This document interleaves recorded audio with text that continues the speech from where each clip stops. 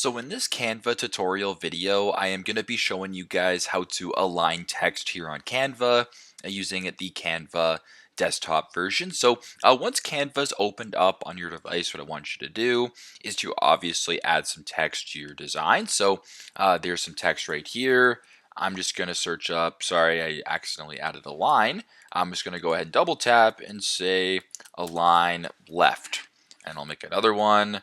I'll align center, and then I'll make one more here just so you guys can see.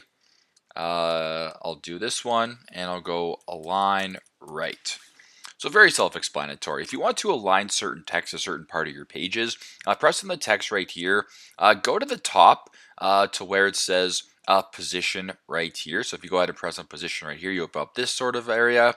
Then where it says align to page, you can align this to center. So if I wanted to make this center in the middle, I can do that. I can make this one go left and top. I can make this one go right and bottom. Whatever the case may be, you can align the text this way just by going through the position option right here, and then under arrange, go to align it to page. So very simple, very self-explanatory. That is how to align text here on your page on Canva using Canva Desktop. Thanks again for watching, and I hope this video helps.